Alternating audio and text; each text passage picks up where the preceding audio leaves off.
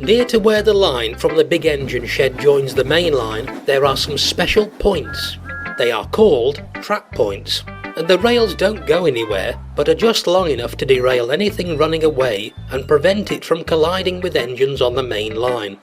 They are worked by a very powerful spring, but can be controlled from the signal box when the engines need to join the main line on purpose. Henry could never understand why they were there. "Useless things," he grumbled. "They can take them away as soon as they like." "Run away indeed! Why should we want to run away from our nice warm shed? Tell me that." Neither Gordon nor James could, so they didn't bother to try. One night, Henry was alone in the shed. This was unusual, but Gordon was not due back until early in the morning, and James had been delayed by the other railway. Oliver, Donald and Douglas, along with Duck, were all busy at the other end of Duck and Oliver's branch line. It was a cold night, and Henry felt lonely. He was glad when the firelighter came earlier than usual. Gratefully, Henry felt warmth spread through his boiler. He was drowsy and comfortable. "Running away," he thought to himself as he dozed. "Who'd be daft enough to do that on a cold morning like this?" Suddenly, he awoke. Someone was climbing the steps to his cab. It was the firelighter, who thought it would be fun, while no one was about, to drive an engine. He unwound the brake and moved the regulator, but nothing happened.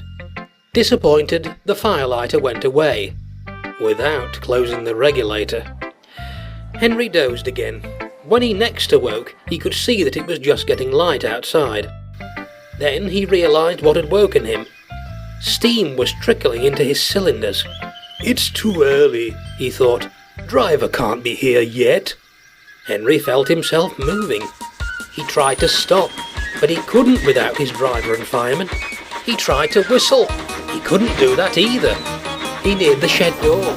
It hadn't been built to stop engines. Henry wished it had. "Ooh, ouch!" he exclaimed as he demolished it. It was cold and frosty outside. "Help!" thought Henry as he rumbled along. "I don't like this." There was nothing he could do about it. Then he remembered the main line. "Horrors!" he thought.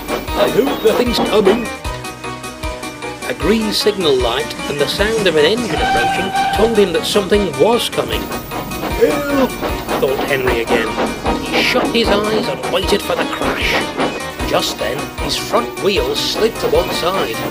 Soon, his driving wheels left the rails too, and Henry stopped, leaning a little to one side. He was just a few inches clear of Gordon's coaches, as, with a whistle, a rattle and a roar, the big blue engine thundered by.